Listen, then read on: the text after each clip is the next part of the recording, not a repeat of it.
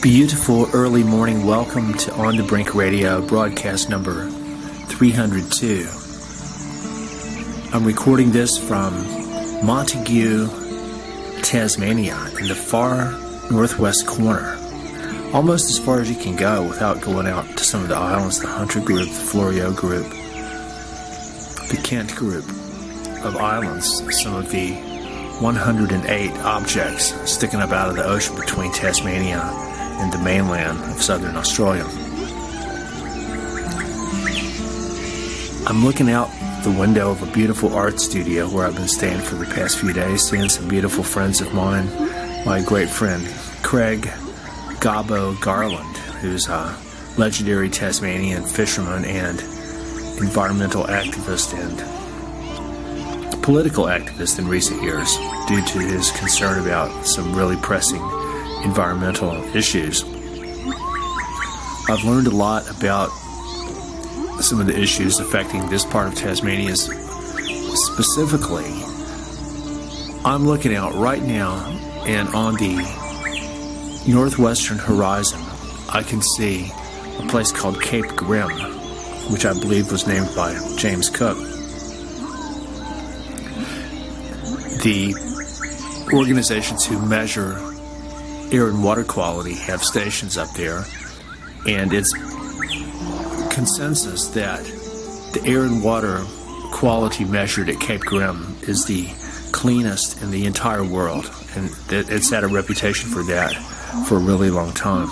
So it's really lovely to be in a place like this, and I've spent a lot of time on Flinders Island, Tasmania, which is off the northeast coast. And so this is the first time I've been up this far for more than just a couple hours. And it's very similar.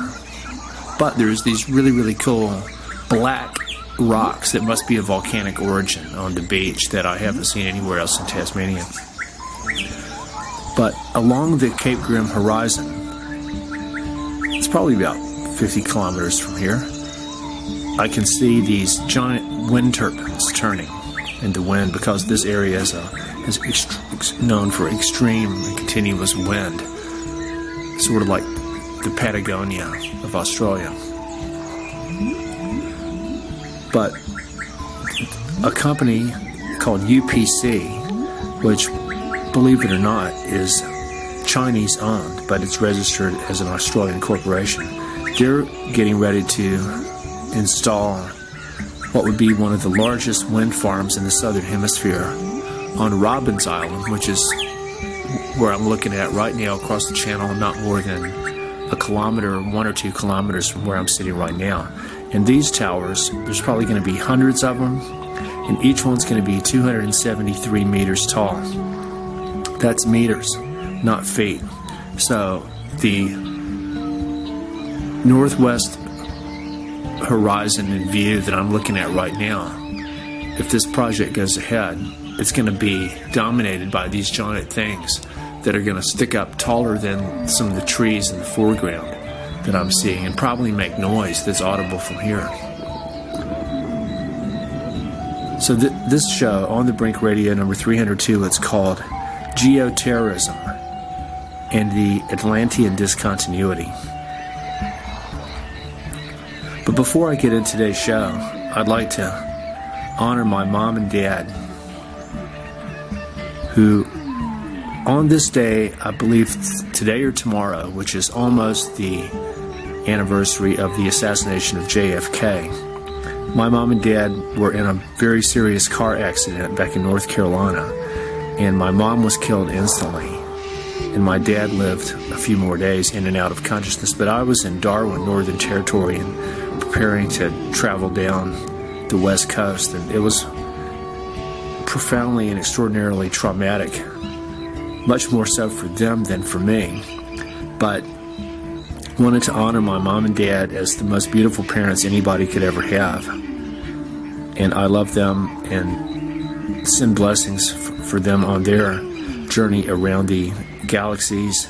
And I know I'll see them again. And also send blessings on other friends of mine and people I've known who have undergone the coming forth by day journey in recent months, including my very dear friend Rob Alliston, who actually grew up on Three Hummock Island, or what used to be called East Hunter Island here, which is really what brought me here to catch up with Craig for the first time in 10 years to begin with, to try to get out to Three Hummock Island in honor of Rob. So Rob Alliston, my friend the Jacques Cousteau of New Zealand, Wade Doak, who passed away a few months ago, my very dear friend Bruce Watson of California, who is a musician friend of mine who passed away just about 2 weeks ago after I was able to have a really beautiful Skype session with him and played him some flute and some music and stuff.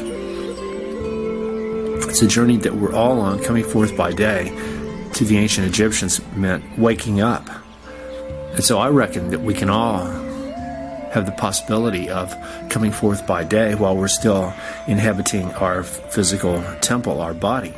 I think that's the ultimate goal of spiritual realization, is to wake up as fully as possible without dying. In a very important and brilliant book called Angels Don't Play This Harp, that's HAARP, that stands for the High Altitude Auroral Research Project, written by doctors Nick Begich and Gene Manning in 1992 or 1993. This book and this research represents one of the greatest efforts and successful missions of investigative journalism in the history of investigative journalism, but especially in terms of modern science.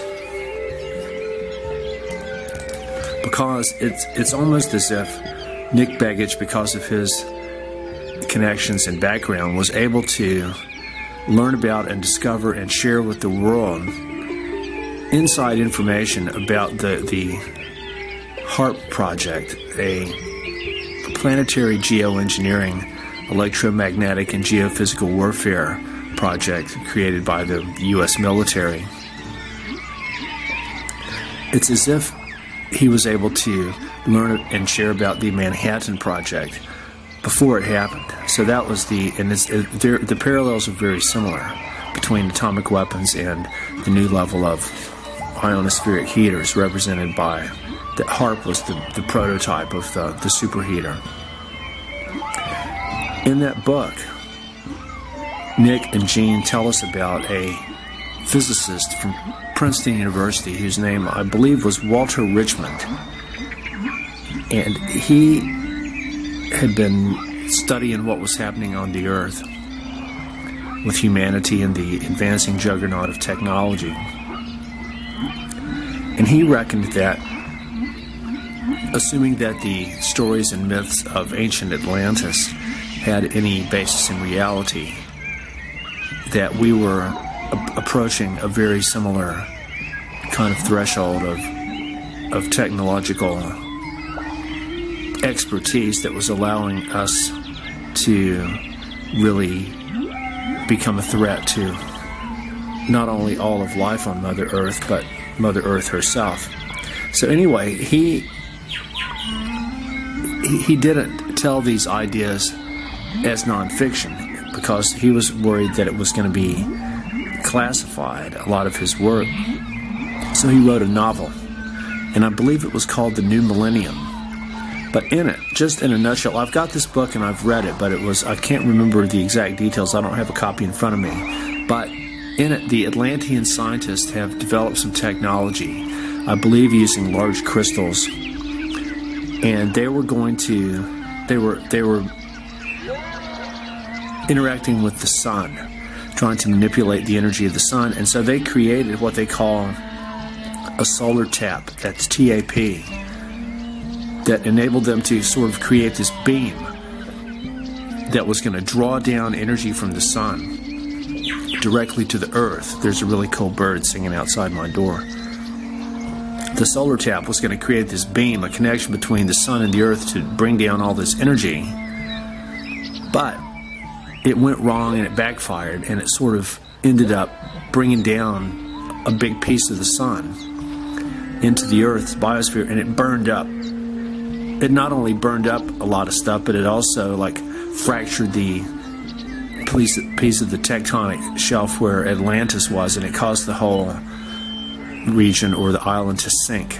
So, in other words, his book was a speculative foray into the events that preceded and created the sinking of the continent of Atlantis. So that's why we don't really have all that much factual information. In fact, very little, based on Plato and his teacher Solon, who apparently were friends with the ancient Egyptian priests who had been passing down this knowledge for thousands of years already at the time of the ancient Greeks. But based on, I use Atlantis as the archetypal metaphor of the civilization gone wrong because of military, industrial, and technological juggernauts running off the rail and actually destroying themselves because of that. And I've wrote an article a couple of years ago called The Atlantean Discontinuity that's exactly about that same thing, about how that's exactly where we are right now. Well, what I'm getting to is that the more I look around, it seems like that we're on that threshold right now, that we're just begging to be destroyed by the guardian beings of Mother Earth and Mother Ocean and the local heliocosm, the gods, if you want to call it that. I did a recent show called that had the word theomachy in there, which I learned from Emanuel Velikovsky, that has to do with War of the Gods.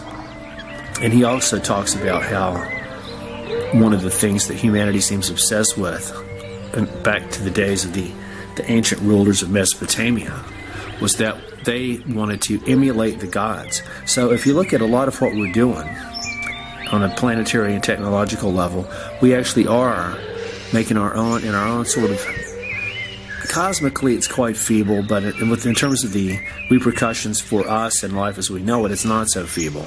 So we're not the gods that we'd like to think we are, but we're doing our best at an unconscious level to emulate what we've always thought of as the gods throughout human history, the forces that are greater than us, that we haven't been able to control, yet we're trying to, but that have wrought havoc on us, the gods. I guess a lot of cultures had harmonious relationship with the gods, worshipped them, and they gave thanks to them. And then, as long as everything was going fine, the gods were happy. But if there was natural disasters or different kind of natural or even socio-political discord, they could always blame the gods. I guess it's the same outward projection of causation that underlies religious behavior and beliefs. So everywhere we turn, we see the increasingly destructive effects of engineering.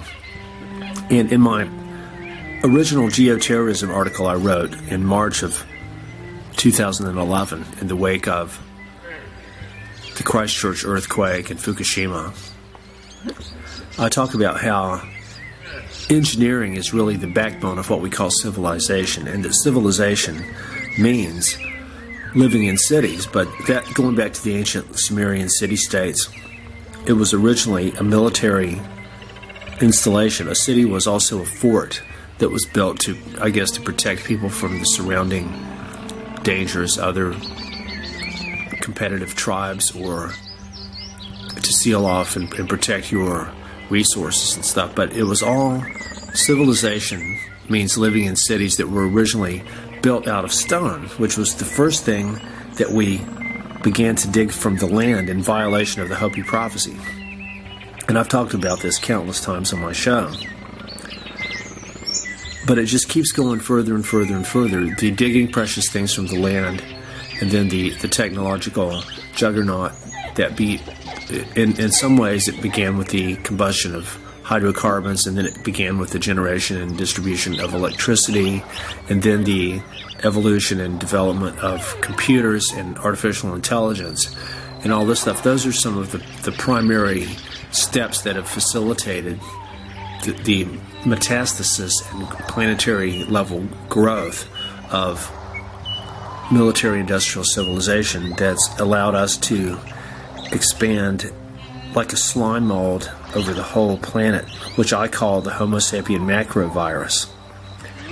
And so the point of this show is to create a perspective on engineering as a form of, as the backbone of war, and war as engineering. And it's sort of like we were watching this movie called Last of the Mohicans about the French and English battling in the colonial America. And at one point, the French leader talked about how his engineers were able to progress at like 30 yards a day with the front, where they could move their cannons closer to this fort. So the engineers were probably, when I was a kid, the word engineer, it was the guy that drove the train. So you've got trains and cannons and all this stuff in engineering. And where I went to college in North Carolina was primarily an engineering university. So maybe that's why one of my biggest things that I learned in college was that I didn't resonate with that whole kind of field of endeavor. But it leads me to draw the comparison again between indigenous people and civilized people. And in the world of today, that boundaries become very blurred, and we're all affected by civilization. We're all inherently indigenous somewhere to begin with, but in the world of today, there can't really be many, if any, truly indigenous people. Because even if you're living in the remote highlands of Colombia or deep in the Amazon jungle, even if you've never been seen by the outsiders, these people still know. They have to be able to sense and know that everything is out there. So they're feeling these sort of morphogenetic and holographic connections with us. They're breathing some of the radioisotopes that have blown in on the air and the water and the chemicals and air pollution and the dust blowing from all the chemtrails and all that stuff. So they're still trying to be indigenous, but indigenous people, whether they're First Nations, Australians, or Native Americans, people walking around with mobile phones and utes or pickup trucks and their computers and going to pick up their money from the government and going to the grocery store and all the stuff. You can put on as much face paint as you want and play your traditional instruments, but that does not make you indigenous. Indigenous has to do with the mentality.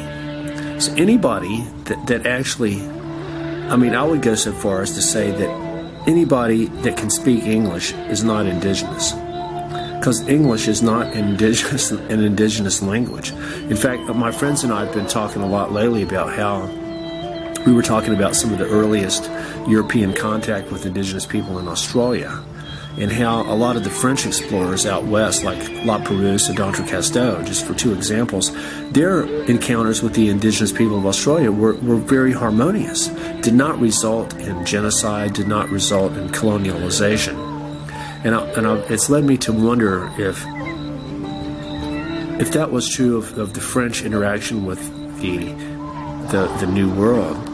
If, in fact, the world might not be better off if we were all speaking French instead of English. Now, that's a topic for another whole story. Maybe the French are right in not speaking English and with their long-standing hostility against the English. So the word technology comes from the Greek word techne, T-E-C-H-N-E, that means the ability to make or to do. So technology is anything that allows us to make or do. And in my thinking, technology can be biological, like anything that's alive. The body and living tissues and systems, and the temple for inhabitation or incarnation, that is our own biological technology as opposed to artificially created technology that we have created, like machines and computers and electronics and tools and apparatus and stuff like that. So it's a complex thing. And then we've got biological technology versus artificial technology. And then in the world of today, that's kind of blurring with AI and transhumanism and all this different kind of stuff. The avatar, the enhanced human, the robotic soldier kind of thing that you see in all the James Cameron films, the Terminators. But indigenous people not only were completely biological technology, they also had an emphasis on internal technology, which is the software of our minds, to use kind of a crude metaphor.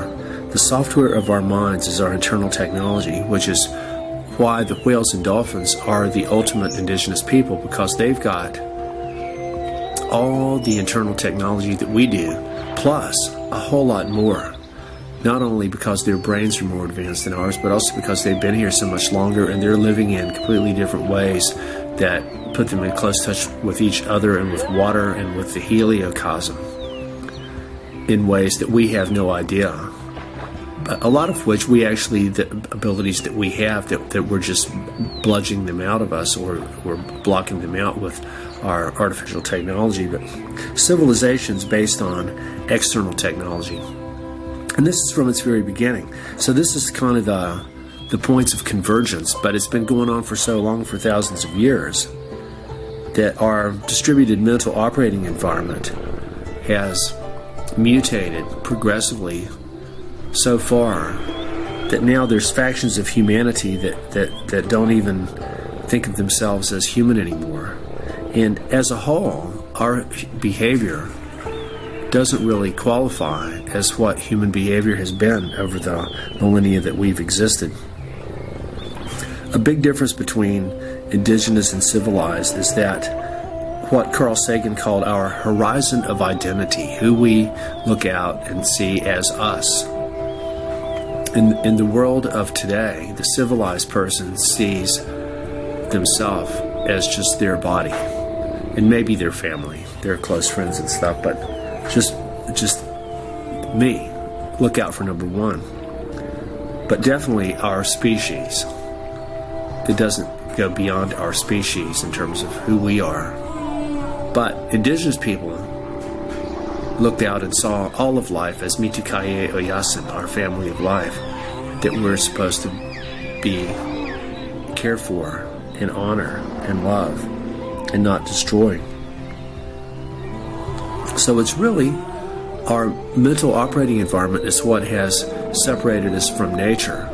In the beginning, it was just the beginnings of a mental attitude of superiority and dominion, and the technological ability to manipulate nature, to dig things from the land, and all the different sort of cyclical and karmic repercussions that we've set in motion that have been amplifying and feeding back, bringing us to the point now of planetary geoengineering and what you might call what's been called terraforming, but taken to the next level. Like I've made up a new word called atmosforming that describes some of these new, well, it's actually been going on for a long time. People they're talking about with solar radiation management and the spraying of all the chemicals in the air that they want to block out the sunlight so the earth can cool because it's burning up everywhere. Well, I just have to tell you, everywhere I've been for like the past 2 months has been practically freezing. It ain't burning up down here in very southern tip of Australia or northern Tasmania. In fact, it's been far below average cold here. As Sherlock Holmes was telling us in my show from a couple of weeks ago, he reckons that the whole climate change scenario has really nothing to do with climate, only indirectly. It's a smokescreen for military-industrial geoengineering projects, as well as the concomitant largest psychological warfare operation ever to exist. These are like the mental and geophysical, the twin pillars of the modern geoengineering of the human mind and the planetary biosphere and life as we know her, which is part of the ultimate emulation of the Gods Project, whose name is known only to a handful of people, and it's actually an equation, the name for this top secret super project that might actually be being engineered from distant star systems or galaxies by the solid state entity communicating with us via microwaves. But that's probably not totally science fiction. But I've talked about that on other shows and will more in another upcoming show about extraterrestrial intelligence and what that actually means. But if we want to look at the driving forces of the cyclical nature, not only of long-term climate change and variations like that, of also variations in human civilization that the Hindus call the yugas. And this ties in with the Hopi idea of the different worlds. And so if we look at, I think that Victor Klube and Bill Napier, in their article on episodic bombardment, talking about the movement of the Earth and the Sun through the different arms of the galaxies and stuff like that, that's the kind of scale on which we need to be looking at things like this. The drivers of Koyaanisqatsi. But at any rate, regardless of what those ultimate causative factors are, it's very unlikely that we're going to be able to do anything about it, other than if we understood it and were aware of it, we might be able to not continually be victimizing ourselves because of it. So that's the reason for trying to understand all this stuff. But I really think that right now, all the indicators are going off the red into the warning area in terms of our relationship with each other and with Mother Earth. And when you look at a place like where I am right now, Australia is a land of vast paradoxes and contradictions. That's a guinea fowl making this sound. In terms of the ancient beauty of this land versus the horrific genocide that's not a thing of the past, and the horrific ecocide going on right now, as well as the clearly obvious signatures of geophysical warfare, the geoterrorism resulting in these massive fires all up the East Coast that are anomalous in the same way that all the fires in California are. But the paradox or the contrast of being right here now in a remote far corner of a very beautiful Gondwanaland Arc Island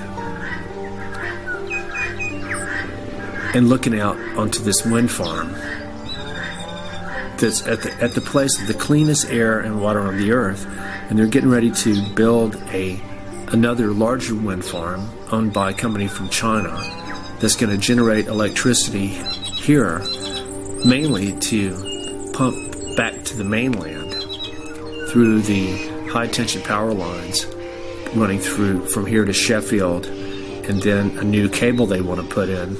They're calling Tasmania Australia's battery because of all the bit of surplus of hydropower that's exported, and then now with all these wind farms and stuff. This is to generate more electricity to run the artificially intelligent transhuman civilization that's exploding everywhere. And I saw a new article on Global Research about the geopolitical importance of lithium in the world today, which is what all these batteries are made from for the electric cars and stuff.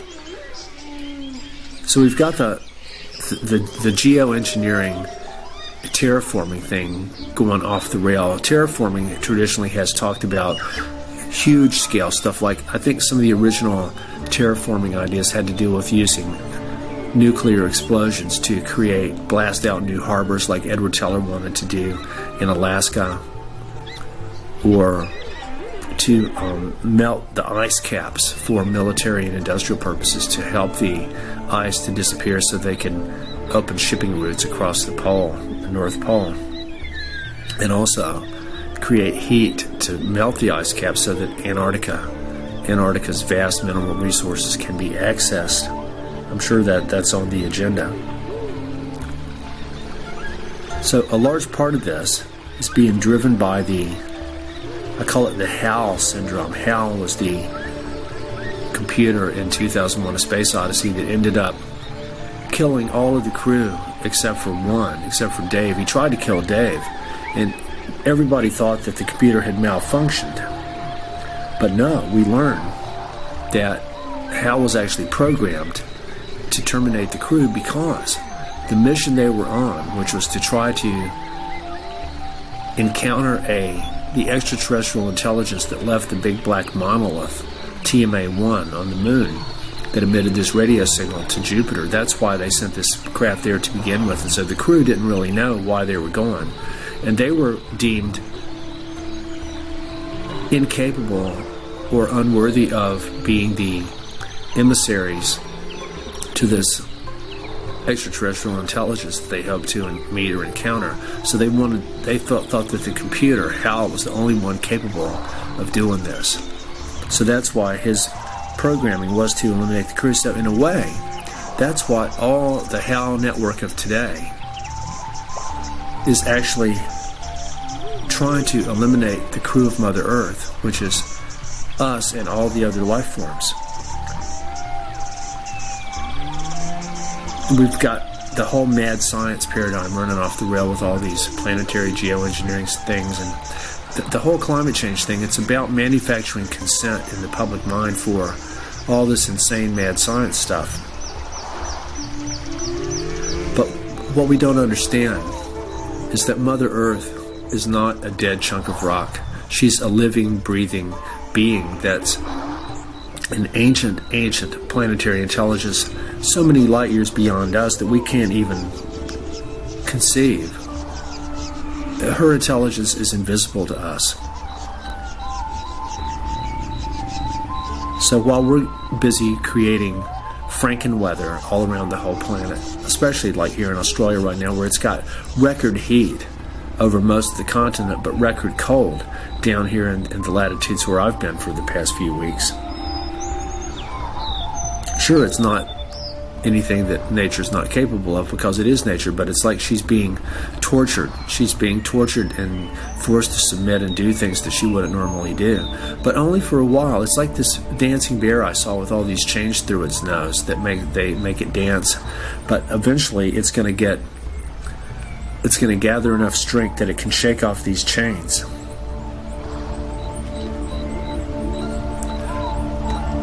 I really think a lot of this stuff is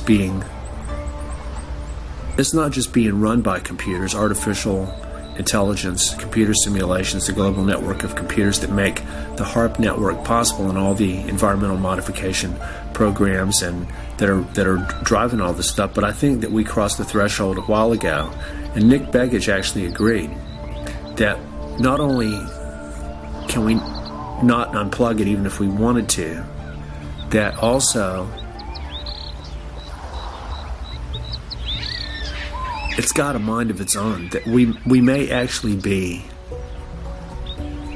under attack from the solid state entity that Dr. John Lilly talked about, that all these radio telescopes receiving all these microwaves and stuff, there may be top secret projects that have been bringing down information that's feeding into the global computer network that's telling it what to do. I'd sort of jokingly satirized this in my article about Elon Musk buying the U.S. military to wage war on climate change, but there could be some truth to it. So it could be that the whole NMOD geophysical warfare paradigm is being run by computers, but possibly for its own agenda. I had a vision the other night that Mother Ocean as a whole, the spherical body of Mother Ocean on the planet, as a being, a planetary being, and she is actually aware of and under attack from the solid state electronic extraterrestrial intelligence that's trying to take over life on land with all the electrical grid and the microwaves and everything. And she's very aware of that, and the whales and dolphins are right in the middle of this. They're like the emissaries between Mother Ocean and us and life on the land. They're aware of what's going on and trying to tell us, and speaking through people like me that are aware on these wavelengths. But it's been such an honor to be here in this very remote area. There's no microwaves here. I do have phone signal, but it's one of the cleanest environments I've ever been in. And it's so ironic that they're going to put up these wind turbines to generate more electricity that if we just conserved more, we wouldn't need any new sources of electricity to maintain our current levels of living. But it's not about that. It's about growth, the unbridled expansion. But it's all going to come to an end soon, I think. It can't keep going on. If we become the tyrant of the earth, in the words of Joseph Wood Crutch.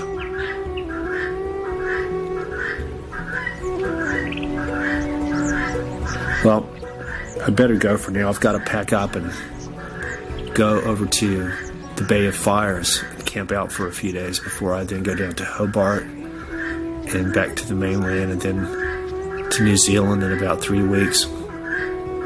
This has been one of my most beautiful and fantastic visits to Australia. I've met so many new people and seen a lot of old friends and gone to some beautiful new places, and trying to do my best to bring forth a new dreaming and to help everybody be inspired to be on their highest path and to ask more of themselves. And I'd like to thank the guinea fowl for talking to us there, Mother Teoa for coming up, and this is a very rare, beautiful, clear morning here with no wind. Oh my God, it's been so windy here.